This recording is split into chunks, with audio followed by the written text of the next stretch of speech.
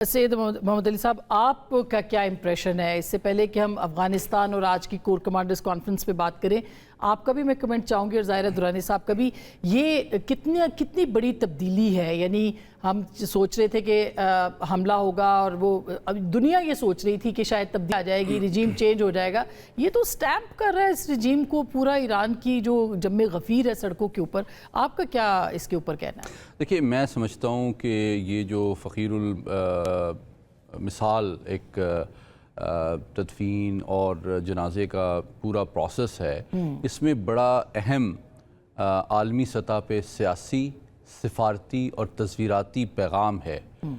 Iran की जानिब से। सियासी तौर पे बहुत अहम पैगाम ये है कि जो इस जंग का असल और सबसे बड़ा मकसद था वो ईरान की रिजीम चेंज था। और आज जो इतना बड़ा पूरी ईरानी कौम ने एक तरह से इजहार यकजहती किया है अपनी सियासी और नज़रियाती क़यादत से, ये एक पैगाम अमेरिका और इसराइल के लिए है कि ईरान की कौम अपनी क़यादत के साथ खड़ी हुई है, उस सियासी निज़ाम के साथ खड़ी हुई है जिसको इसराइल और अमेरिका तब्दील करना चाहते थे। तो ये सियासी पैगाम बहुत बड़ा है।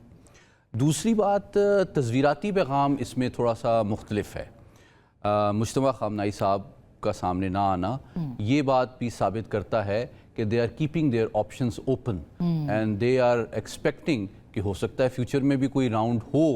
और वो उनकी सिक्योरिटी जो है उसको वो इंश्योर करना चाहते हैं। ये एक स्ट्रेटिजिक कॉन्टेक्स्ट भी है, लेकिन एक बहुत इम्पॉर्टेंट कॉन्टेक्स्ट जो है इसमें वो डिप्लोमेटिक है कि इतने बड़े पैमाने पे आलमी बरादरी और तमाम ममालिक के रहनुमा वफूद भी वहाँ पे गए, जिनमें से कई ममालिक जो है आप जानती हैं कि अमेरिका के भी बहुत करीबी ताल्लुकात रखते हैं। तो इस वक्त इस सिचुएशन में एक इजहार यकजहती करना ईरानी कौम और क़यादत के साथ, ये एक डिप्लोमेटिक पैगाम भी है कि ईरान इस जंग के बावजूद, नुकसान और जारियत बर्दाश्त करने के बावजूद दुनिया में तन्हा नहीं है। तो ये तीन बहुत इंपॉर्टेंट पैगामात मैं समझता हूँ पूरी दुनिया को इसके ज़रिए से दिए गए। और इसमें कतर और सऊदी अरब का ख़ास करके जो उनका बाकी तो तीन ममालिक तो वहाँ पे नहीं गए, और ये भी सुनने में आया कि अमेरिका ने कुछ ममालिक को रोका भी कि आप ना जाएं, उसके बावजूद सऊदी अरब का वहाँ पे जाना, ये कितना मानी रखता है उनके? मैं समझता हूँ ये बहुत इम्पॉर्टेंट मैसेज हमारे सऊदी भाइयों की जानिब से भी ईरान को भी है और आलमी बरादरी को भी है कि अब वो फ्यूचर में जो डिवाइड एंड रूल की वेस्टर्न पॉलिसी है उसको समझ के उसको किसी हद तक उस खलीज को कम करना चाहते हैं, उस तनाव और कशीदगी को कम करना चाहते हैं। और ये एक बड़ा मुस्बत और ज़िम्मेदाराना रवैया है कि जिसके ज़रिए जिसको मैं समझता हूँ ईरानी क़यादत को भी अप्रिशिएट करना चाहिए कि मुस्तक़बिल में मशरिक़ वस्ता की सलामती और इस्तेहकाम की जितनी कोशिशें पाकिस्तान ने भी की हैं, उसमें बहुत अहम हमारी कोशिश ये रही है कि जो तनाव और कशीदगी हमारे अरब भाइयों के दरमियान और ईरान के दरमियान है उसको भी कम किया जाए, बजाय इसके कि हमारे अरब भाई जो है अमेरिका पे तकिया करके ईरान के ख़िलाफ़ जहरियत की कोशिश करें। वो इस कशीदगी को ही अगर कम कर दिया जाए, दोनों के दरमियान एक एतमाद साजी का दौर शुरू हो, तो मैं समझता हूँ ये इस इलाके में ज़्यादा बड़ी गारंटी साबित होगा इस्तेहकाम और देरपा अमन के लिए। बिल्कुल। दुरान साहब, आपका कमेंट चाहूँगी। ज़ाहिर है कि आप भी बड़ा क्लोजली ऑब्जर्व कर रहे हैं और उवैस तौहीद साहब तो वहाँ पे मौजूद हैं। आपको क्या लगता है कि कितना अहम था ये मौका, और उसको क्या ईरानी रियासत ने बतौर रियासत पूरी तरह से इसका फ़ायदा उठाया है इस मौके का? और वो जो यूनिटी की बात हो रही थी कि शायद कोई डिवाइड है, वो डिवाइड ख़त्म होती नज़र आ रही है? ये आपके नज़दीक क्या पैगाम है? जी शुक्रिया असमा। मेरे नज़दीक तो ये बहुत वाशगाफ अंदाज में ये मैसेज गया है तमाम दुनिया को। ईरान तो आप छोड़ दीजिए, क्योंकि उसमें आपने देखो इससे बड़ा मैं अवैस के साथ बिल्कुल एग्री करता हूँ, इतना बड़ा जो प्रोसेशन है वो मैंने भी अपनी लाइफ में नहीं देखा। ये जब ईरान का इंकलाब आया था तो हम भी उस वक्त, I was a budding journalist, I was a कब रिपोर्टर, तो वहाँ देख रहे थे, तो उस वक्त भी बड़ा जोश जज्बा था। लेकिन जो मैसिव पार्टिसिपेशन लोगों की इस मर्तबा थी कि बहुत बड़ा लाउड एंड क्लियर मैसेज था दुनिया भर को, और इसमें जो है वो नमाज जनाजा में आयतुल्लाह मुश्तबा खामनाई भी शरीक हुए और पहली दफा उनको आपने देखा, तो इसलिए ये भी एक लाउड एंड क्लियर मैसेज था कि वो he is not Ayatollah hiding, वो सामने। मुज्तबा खामनाई आपके ख्याल में वो भी वहाँ पे मौजूद थे? जी, वो जनाजा जब हुआ तो उसमें बिल्कुल वो शरीक थे और मैंने खुद देखा उस तस्वीर को, तो मैं तो तकरीबन 2 दफा उनसे मुझे शर्फ हासिल था जब मैं नाज़िर था, मैं मिला हुआ। अच्छा। दूसरा ये कि आप एक जो दुनिया को जो मैसेज है वो जैसे अवैस ने जो है बिल्कुल सही कहा, ये सो कॉल्ड रिजिम चेंज का जो मंत्रा अलाप रहे थे, वो आपने देखा कि सिस्टम में मजबूती इतनी है कि यकीनन चेहरे तो बदल गए होंगे लेकिन सिस्टम मौजूद है, और आपने देखा कितना स्मूथ ट्रांजिशन हुई है, और उसके मजीद इनफैक्ट लोग जो हैं वो यूनाइटेड हो गए हैं और अपने ये परचम के पीछे खड़े हैं। तो ये बहुत बड़ा मैसेज है, और इसमें आइंदा के लिए जो मैसेज है, अब जैसे पार्टिसिपेशन हुई मुख्तलिफ ममालिक की, खासकर जो हमसाया ममालिक हैं उसमें गल्फ स्टेट्स के सऊदीया हो गए, ओमान हो गए, उनकी पार्टिसिपेशन है, तुर्की, पाकिस्तान, और पाकिस्तान की जो है आप समझे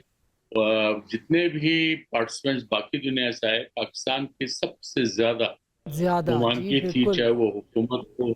चाहे वो पार्लियामेंट हो, और चाहे वो आपके मुसल्ह अफवाज हो, ये पार्टिसिपेशन किसी भी दुनिया के मुल्क की नहीं थी। बिल्कुल। तो इस लिहाज से भी आप अगर उसको देखेंगे तो, और ईरान की तरफ से जिस तरह की पज़िराई पाकिस्तानी डेलीगेशन की गई वो भी अनप्रेसिडेंटेड थी। तो इसलिए आप ये समझ लें कि इस जंग ने इनफैक्ट ईरान और पाकिस्तान को भी करीब किया, बावजूद इसके कि पाकिस्तान का रोल मीडिएटरी है, लेकिन पाकिस्तान ने अमेरिका के साथ भी जो है सिंसियरली जो है ईरान का मौक़िफ़ बयान किया, और अमेरिका का मौक़िफ़ सिंसियरली ईरान को बयान किया, और अब जो अगली टेक्निकल टॉक्स हैं जिसके बारे में सुनी थे कि 11 जुलाई को पाकिस्तान में जी ये चीज़ें खबर तो आ रही है 11 जुलाई। जी बिल्कुल बिल्कुल। अच्छा वैसा ये जी आप मुकम्मल कीजिए दुरान साहब। मैं क्या वैसा ये जो पाकिस्तान के बारे में ज़ाहिर है कि आपने रोड साइड पे बहुत से लोगों से बात भी की है और वहाँ पे आवाम को से मिले भी हैं, लोगों से मिले भी हैं। पाकिस्तान के बारे में क्या इम्प्रेशन है एक आम आदमी का, पब्लिक का, और ख़ास करके मैंने देखा कि हमारी जो पॉलिटिकल और मिलिट्री लीडरशिप है उसके बारे में बड़े वार्म थे लोग, तो क्या कुछ बताइए इस बारे में? देखिए, एक तो मैं आपको बताता हूँ पुराना वाकया, और एक आज ही का वाकया कि आज जो सोगवारान से मेरी गुफ्तगू हुई। जो एक हमारे दोस्त हैं कौम के अंदर, स्कॉलर हैं, नकी साहब, वो मुझे बता रहे थे कि कौम चाहे मशहद हो, चाहे कोई भी जितने भी शहर, तेहरान, पूरे जंग के दौरान जितनी भी धमकियां आती थी उतने ही ज्यादा लोग इकट्ठे होते थे हर कोने पे, हर चौराहे पे, और जहां वो इजराइल या अमेरिका के खिलाफ नारे लगा रहे होते थे, जहां पे ईरान के इत्तेहाद के साथ खड़े होने का सदा बुलंद कर रहे थे, वैसे ही उन नारों के अंदर पाकिस्तान जिंदाबाद और पाकिस्तान ईरान दोस्ती जिंदाबाद के भी नारे शामिल थे। आज की मैं मिसाल आपको दूं कि आज ही मैं 200 अखबारान के कम से कम मिसाल दे सकता हूं कि वो field marshal general Asim Munir साहब का नाम ले रहे थे कि उन्होंने अमन कराया, साथ में उनको मोहसिन नकवी साहब इंटीरियर मिनिस्टर, उनका नाम याद था। तो मुझे बड़ी हैरत हुई कि देखें इनको दिल में जो नक्श शुरू हुई है। तीसरा शहबाज शरीफ साहब का नाम लिया, 2 खवातीन ने, 2 जो है मर्द हजरात ने जो चौकबरान थे आज ख़ियाबान आज़ादी पे, तो बहुत जेस्चर ऑफ गुडविल, एक जो ब्रदरली जो एक रिलेशनशिप है और एक कल्चरल बॉन्ड है, या हिस्टोरिकल जो बॉन्ड है, ईरान ने सबसे पहले पाकिस्तान को रिकॉग्नाइज किया था, वो मेरे ख्याल में और गहरा हो गया है। दूसरा, मुझे जो, अगर आप इजाजत दें अस्मा, कि जो ईरानियों का मैं व्यू आपको बता सकता हूं कि अगर मैंने 25-30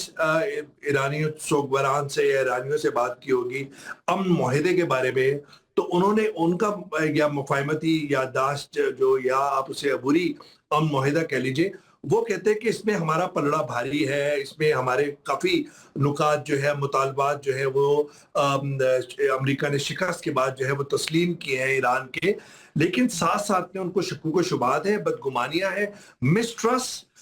ڈسٹرسٹ ہے، اس کی ایک تاریخ الگ ہے بدگمانیوں کی، لیکن وہ کہتے ہیں کہ یہ ماضی کی طرح یہ پھر سے ہم پہ جنگ مسلط کریں گے، جس طرح 2 دفعہ ہم مذاکراتی میز پہ تھے اور ڈیل کے کلوز تھے، انہوں نے جنگ مسلط کی، لیکن اس دفعہ ان کے خیال میں ڈونلڈ ٹرمپ نے ایک امریکیوں کے جو خلاف تھے اس جنگ کے، دوسرا یہ کہ مڈ ٹرم پولز میں ان کی جو ریٹنگ کم آ رہی تھی، اس پاپولیرٹی کا گراف نیچے جا رہا تھا، اور وہ کہتے ہیں کہ نومبر میں مڈ ٹرم پولز کے بعد اسرائیل اور امریکہ دوبارہ جنگ کر سکتے ہیں، ویپنز اکٹھے کر رہے ہیں وغیرہ وغیرہ۔ تو وہ کہتے ہیں کہ امن معاہدہ جو ہے اس دفعہ یہ جنگ اگر مسلط کریں گے، امن معاہدہ ہوگا، یہ ہماری جیت ہے نکات کی، لیکن اگر یہ تیچے ہم پہ پھر سے جنگ مسلط کریں گے، جس کا ان کو اندیشہ ہے، شکوک و شبہات ہیں، خدشات ہیں، تو پھر ان کہتے ہیں 200-300 گرانے کا، پھر ہمارا ہاتھ جو ہے ٹریگر سے ہٹا نہیں ہے۔ اچھا، زبردست۔ یہ